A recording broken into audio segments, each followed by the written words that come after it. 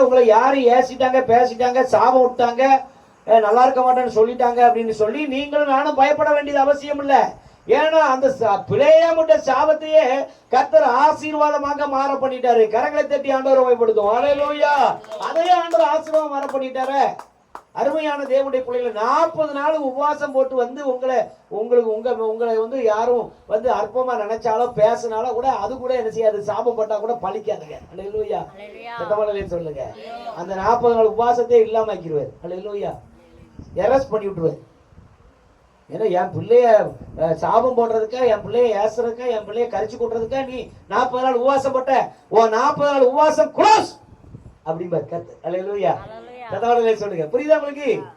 ஆமா, 40 நாள்ல 60 நாள் உபவாசம் போடுறது க்ளோஸ் தான். அல்லேலூயா. அருமையானவர்களே, நீங்க இதெல்லாம் கவனமா வைக்கணும். நம்ம நிறைய கிறிஸ்தவங்க ஆண்டோடைய பிள்ளைகள் பயந்துகிட்டே இருக்காங்க. ஐயோ அவங்க ஒரு மாதிரி பார்த்துட்டாங்க, இவங்க ஒரு மாதிரி பார்த்துட்டாங்க. ஒரு அம்மா சொன்னாங்க, ஒரு வீட்டுக்கு நாங்கள் கவனம் பண்ணோம், அந்த எதிர்த்த வீட்டுல அந்த கதவை திறந்து எங்களை பார்த்துட்டாலே எங்களுக்கு என்ன வந்துருது, வியாதியா வந்துருது. அவங்க விசுவாசம் அப்படி. நம்ம கூட யார் இருக்கா? வானத்தின் பூமி உண்டாக்கின சர்வ வல்லமை உள்ள தேவன் இருக்கிறார். அல்லேலூயா. சத்தமாலே சொல்லுங்க. அப்போ இந்த வசனம் சொல்லுகிறது, பிலேயாமனுடைய சாபத்தையே ஆசீர்வாதமாக மாற பண்ணினார் என்று சொன்ன நம்முடைய தேவன். அல்லேலூயா. எல்லாவற்றையும் ஆசீர்வாதமாய் கர்த்தர் நமக்கு மாற பண்ணுவார். கரங்களை தட்டி ஆண்டவரை பயன்படுத்தலாமா? அல்லேலூயா. சத்தமாலே சொல்லுங்க. ஏசாயா 44:3 சொல்லுது. வாசிங்க. ஏசாயா 44:3 சொல்லுது இவ்விதமாய். வாசிங்க. தாகம் உள்ளவன் மேல் தண்ணீரையும் வறண்ட நிலத்தின் மேல ஆறுகளை என்ன செய்வேன்? ஊற்றுவேன். உன் சந்ததியின் மேல என் ஆவியையும் உன் சந்தானத்தின் மேல, அதாவது உன் சந்ததி, உன் சந்தானம், உன்னுடைய பிள்ளைகள், பேரம்பேத்தி, உன்னுடைய எல்லா காரியத்தையும் பேக்ரவுண்ட் எல்லாம் நான் என்ன செஞ்சிருவேன்?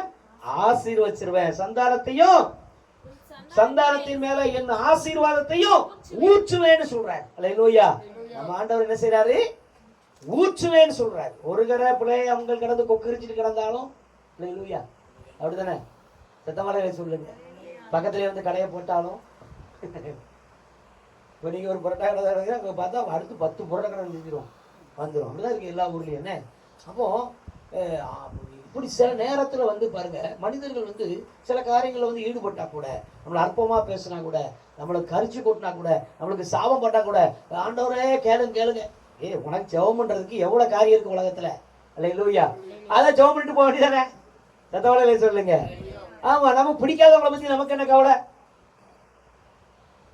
தேவையில்ல. நமக்கு வேண்டியவங்களுக்கு நம்ம ஜெபம் பண்ணாலே போதும். அல்லேலூயா. பிடிக்காதவங்க நம்ம ஜெபிக்கணும். அதையும் கர்த்தர் பாப்பாரு. ரைட்டு. அப்ப ஏன்னா உற்று கவனிக்கிறவர். அல்லேலூயா. உள்ளிந்திரிகளை சோதித்தறிகிறவர்.